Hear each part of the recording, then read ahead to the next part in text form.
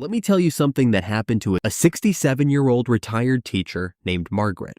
She booked a flight from Denver to see her grandchildren in Florida, showed up at the gate, and was told her seat had been given away. She stood there confused, embarrassed, and completely unaware that the airline owed her significant compensation and multiple protections under federal law. She walked away with nothing. And that happens thousands of times every single day across American airports, because airlines are counting on passengers like Margaret and like you to simply not know your rights. Today, that changes. I am going to walk you through 10 federally protected rights that every traveler over 60 absolutely needs to know before they ever step foot in another airport. These are not tips or tricks. These are legal protections backed by the United States Department of Transportation, and airlines are not exactly eager to advertise them. So stay with me, because by the end of this video, you will be the most prepared traveler in whatever terminal you walk into. Let us start with number 1, and this one catches almost everyone off guard. Right number 1 is the right to full fare transparency before you pay a single dollar. Federal regulations require airlines to display the complete total price of a ticket, including all mandatory taxes and fees, before you reach the checkout screen. Airlines cannot legally hide fees until after you have already entered your payment information. This is called the full fare advertising rule, and it is enforced by the Department of Transportation. If you ever land on a checkout page and the price suddenly jumped significantly from what was advertised, you have grounds to file a formal DOT complaint. Many older travelers report being charged fees they never saw disclosed up front, and that is a direct violation of this protection. Keep screenshots of prices as you shop. That simple habit protects you enormously. Right number 2 is one that Margaret could have used in Denver. The right to denied boarding compensation. When an airline oversells a flight and bumps you involuntarily, meaning you did not volunteer to give up your seat, you're entitled to cash compensation, not vouchers unless you choose that option. Actual money. The amount depends on your ticket price and how delayed your arrival will be.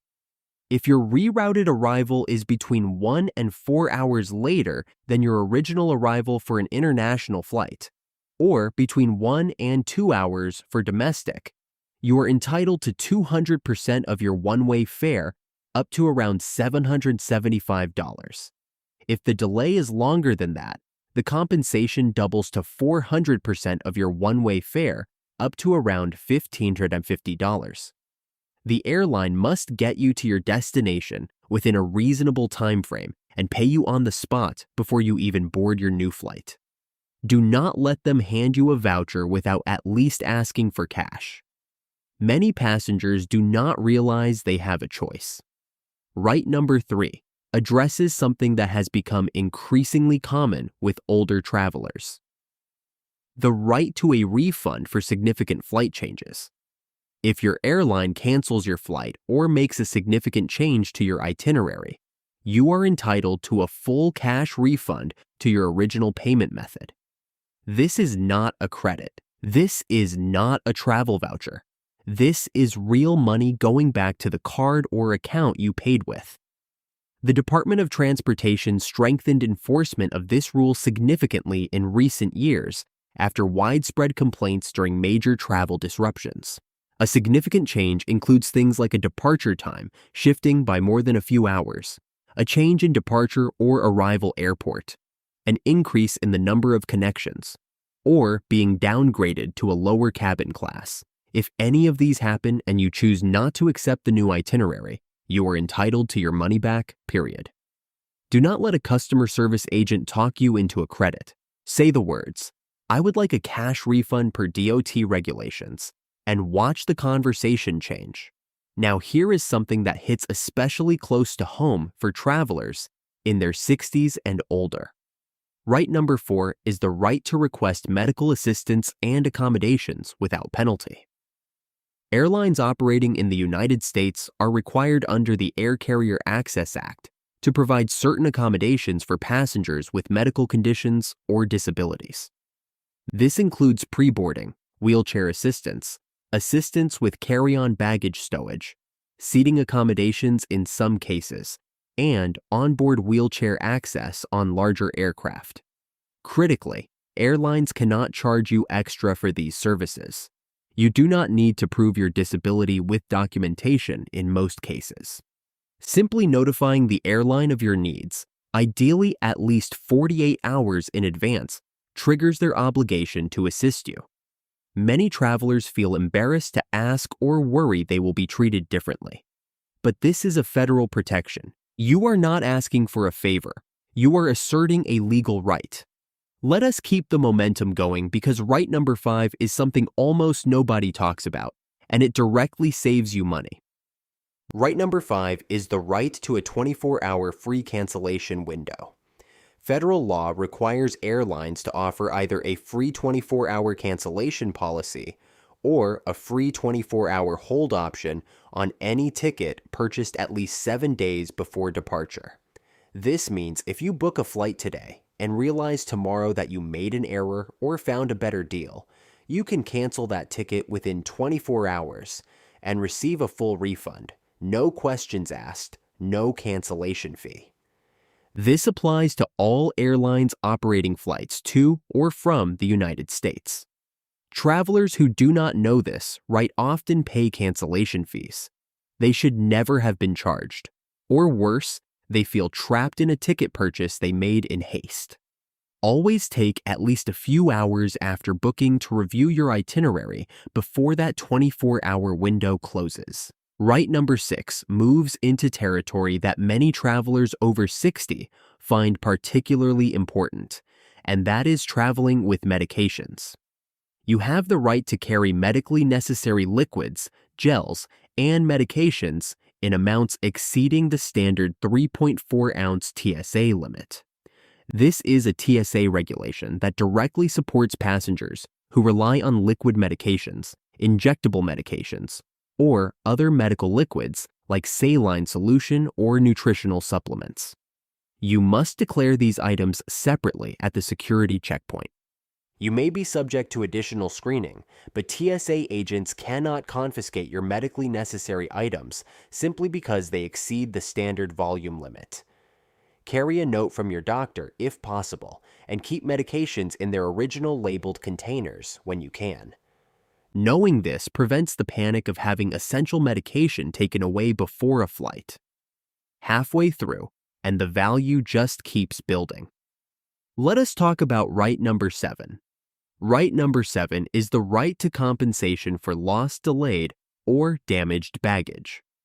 Airlines are liable for your checked baggage up to a federally set limit, which for domestic travel is over $3,800 per passenger, and for international travel follows international treaty guidelines. If your bag is lost permanently, the airline owes you compensation based on the value of what was inside. If your bag is delayed and you need to purchase essential items while you wait, you may submit those receipts to the airline for reimbursement. Many airlines will not tell you this up front. They will simply say the bag is delayed and ask you to wait. But if you incur reasonable out-of-pocket expenses like toiletries, a change of clothes, or medication replacement, document everything and request reimbursement formally. Keep your baggage claim receipt always. It is your proof of check-in. Right number 8 is about the tarmac. And if you have ever been trapped on a plane sitting on the runway with no information and no movement, this one is for you. You have the right to leave a plane that has been delayed on the tarmac beyond a certain time limit. Under DOT rules, domestic flights cannot keep passengers on the tarmac for more than 3 hours without giving them the opportunity to deplane. International flights get a 4-hour maximum. During that time, the airline is also required to provide working restrooms, adequate ventilation, food and water after the first 2 hours, and access to medical attention if needed. These are not optional courtesies. They are required by law. Airlines that violate these rules face substantial fines. If you are ever in that situation and the crew announces they cannot let anyone off, you can and should document the time and report it to the Department of Transportation afterward. We are approaching the finish line, and these last two rights might be the most empowering of all for travelers in your age group. Right number 9 is the right to file a formal complaint and get a real response.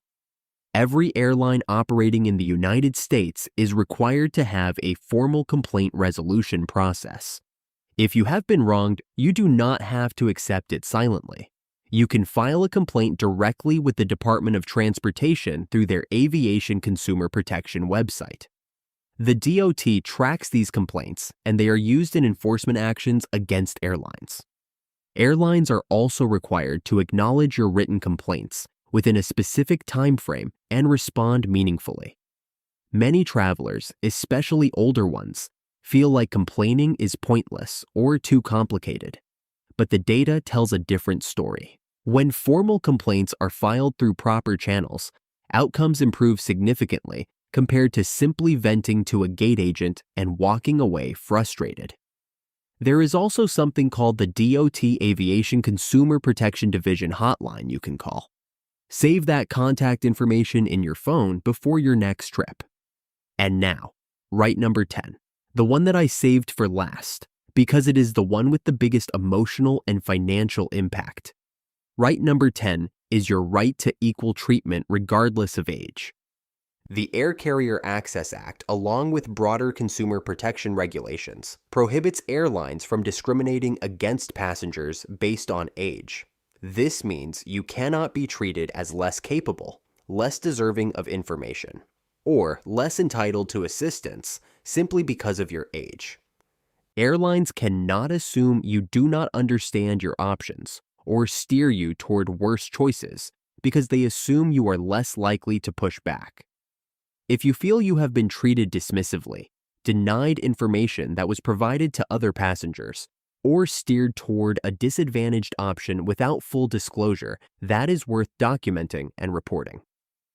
Older travelers are actually among the most loyal and frequent travelers in America. You spend real money on air travel, and you deserve every protection and courtesy the law provides. Now, let me give you 3 quick things to do before your very next flight, because knowing your rights is step 1, but being prepared to use them is what actually protects you. First, take a screenshot of your ticket price at every stage of booking. Before taxes, after taxes, at checkout. This creates a clear record if you need to dispute anything later. Second, call the airline at least 48 hours before your flight if you have any medical or mobility needs. Not because you have to prove anything, but because 48 hours is the threshold that activates certain airline obligations under the Air Carrier Access Act. One phone call can change your entire airport experience. Third, save the DOT Aviation Consumer Protection Complaint link in your phone right now. You can find it by searching DOT Aviation Consumer Complaint. If anything goes wrong, you will have it ready. Airlines pay attention when formal complaints are filed because their compliance records are public and they affect future regulatory scrutiny.